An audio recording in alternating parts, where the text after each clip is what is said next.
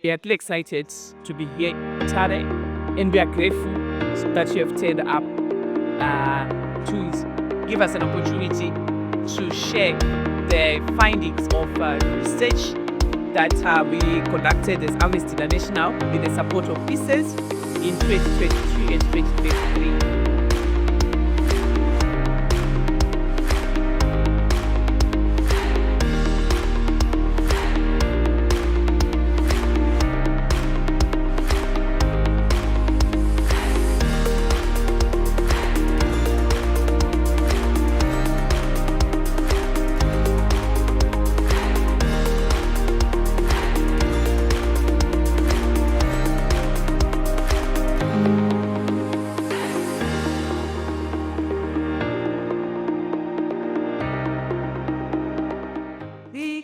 Carried out and research. And in Amnesty, we don't just leave researches to gather dusts. We ensure that the recommendations that are within the research, the findings are shared, and we kind of put some action, some action, so that we bring life to the recommendations that have been made. And you'll appreciate that this campaign is just part of the bigger picture of the bigger initiatives that are taking part. Like Lucia highlighted that kuti nyaya decent work anditika nyaya informal cross-border trader atisi tatanga nadzo anditika isusu as Amnesty International we brought in the research component so that whatever conversations we'll be having are based on research. Anditika. Ladies and gentlemen, it is my honor to extend a very warm welcome to you all who have gathered here for this important launch dedicated to women cross-border traders and workers in the informal sectors. As I said, Butare is not only the home of our national heritage, but it is a key economy hub connecting communities, markets, and borders. We are therefore proud to host this gathering, which brings us together to reflect on this reality, challenges, and aspirations of women who are working in informal traders. Our seat of Mutare, stands in full support of initiatives that uplift women, promote dignity, and strengthen livelihood and foster inclusive economic growth.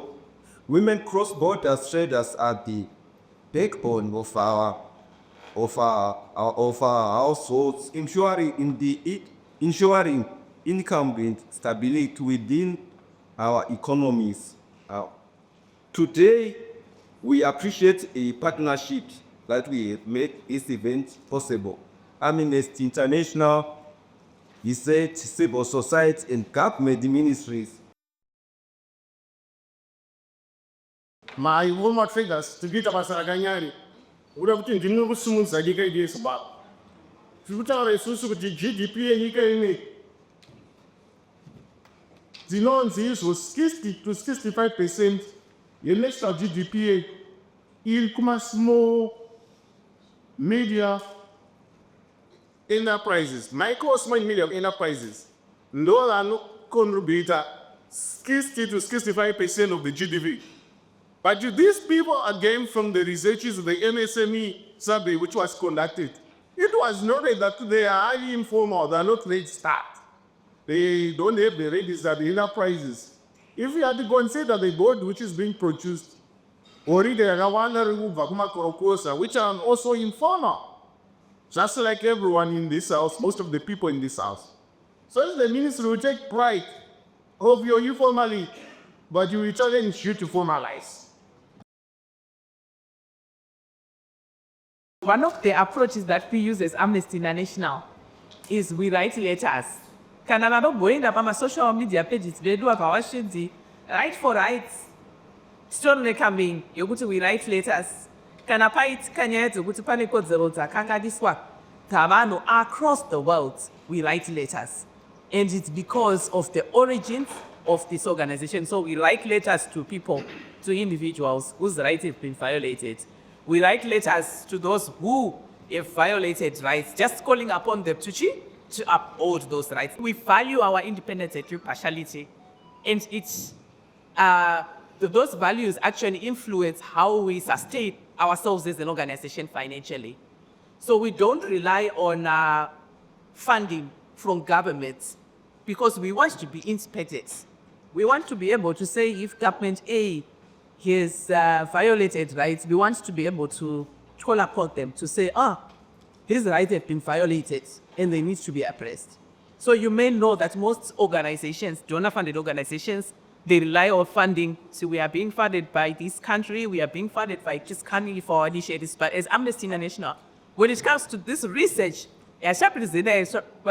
or our advocacy work, we do not want to receive funding from governments because we want to be independent. We want to be able to make our positions very clear. So it involves small-scale and documented transaction. So $50 to $1,000. You may think when they are crossing,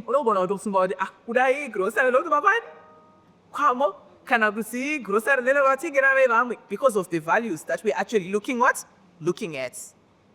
Then there's also, when we talk of this informal cross-border trade, we are looking at proximity, where there's moving goods between markets close to each other, or markets that are located to the border. And so that's also informed the locations where we conducted this research to Taida Kuchibundu, Taida Bedbridge, Taida Tawaya Kunupamtare, because people cross over to Mozambique. It's because people take advantage of that proximity to then be able to carry out that research. Though, of course, if you take a generous interpretation, you might also you said, okay, when we look at cross-border trade, we can also look at trade that takes place across countries. You may involve China, and so forth. But in this particular case, we're also looking at that particular aspect. What's interesting about this trade is that it contributes significantly to trade in general. Some say in some countries it's 30 to 90%, but within our region it's 30 to 40%. So when we talk of trade in Zimbabwe, though this is not documented, but it's not only a significant contribution, because perhaps when we report in our statistics as a country, we look at documented trade, isn't it? All right, paka doing my goods and services akati, tikatotengesa my goods and services akati is really well recorded. But the most important thing to note is that it plays a key or an integral role as far as trade is what? Or in a network contribution as far as trade is concerned.